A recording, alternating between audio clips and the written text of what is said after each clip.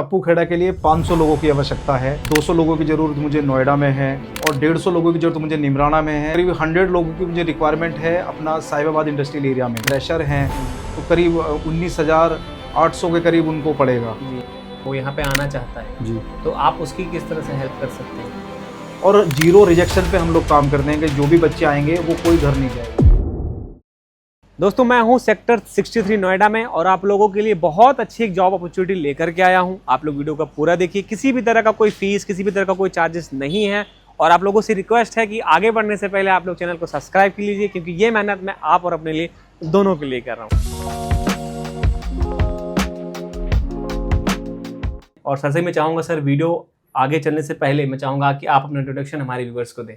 नमस्कार दोस्तों, मेरा नाम अजय सिंह है और मैं TDS placement and services private limited में काम करता हूं।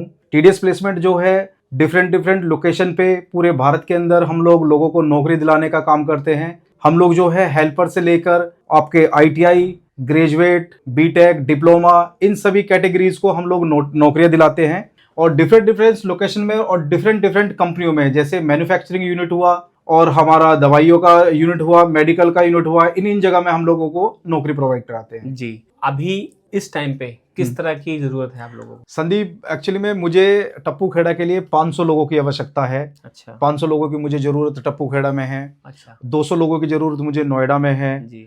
ठीक है। और 150 लोगों की जरूरत मुझे निमराना में है। जो मैंने बताया डिफरेंट लोकेशंस में हम लोग काम कर रहे हैं।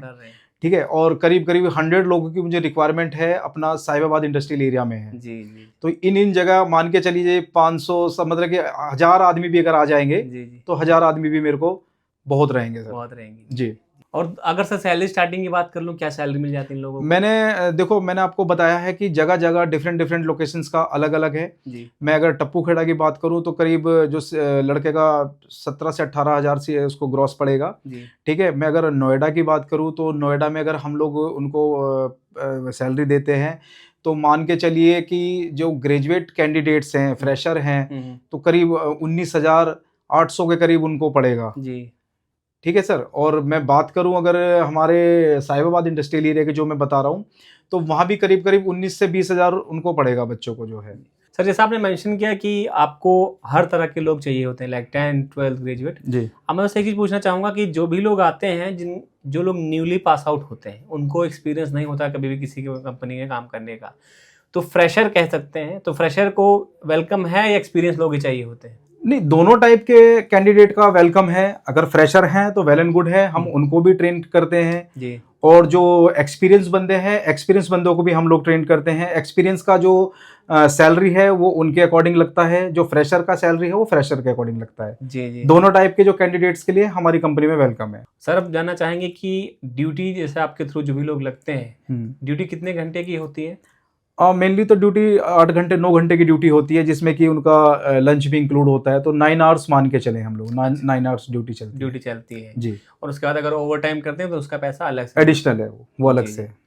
तो सर स्टार्टिंग में जैसे कि कोई बच्चा आपके पास आना चाहता है जी और वो किसी अदर स्टेट से बिलोंग करता है जी, वो यहाँ पे आना चाहता है जी। तो आप उसकी किस तरह से हेल्प कर सकते हैं?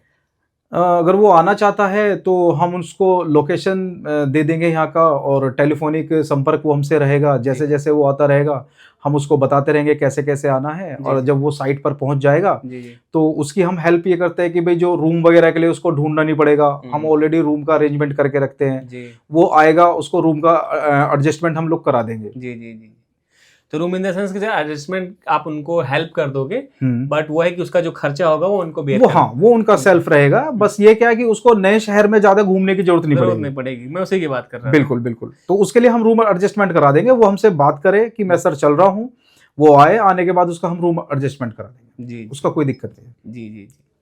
और सर अब मैं जानना चाहूँगा कि जो भी लोगों को आप जॉब दिलाते हो उनसे किसी तरह का कोई चार्ज, रजिस्ट्रेशन के नाम पे, सिक्योरिटी के नाम पे कुछ ऐसा है आपके एंड से? नहीं सर, ऐसा कोई भी हमारे यहाँ पर चार्ज नहीं है। ना कोई हिडन चार्ज है, ना ही कोई हमारा रजिस्ट्रेशन का चार्ज है। ये जो जॉब है, हम जिनको भी जॉब दे रहे हैं वो सारा फ्री ऑफ कॉस्ट है। सारा फ्री ऑफ किसी तरह का कोई भी पैसा हम लोग नहीं लेते हैं। जी जी। ना कोई चार्जेस है।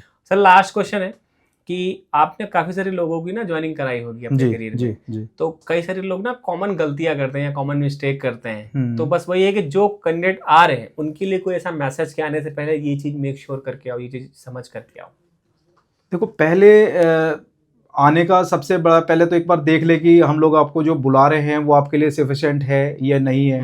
ठीक है। सेकंड थिंग क्या है कि अगर जो घर से निकल रहे हैं तो फिर तो ये मन लगा कर आए कि भाई हम लोगों को काम करना ही करना है, और जीरो रिजेक्शन पे हम लोग काम करते हैं कि जो भी बच्चे आएंगे वो कोई घर नहीं जाएगा।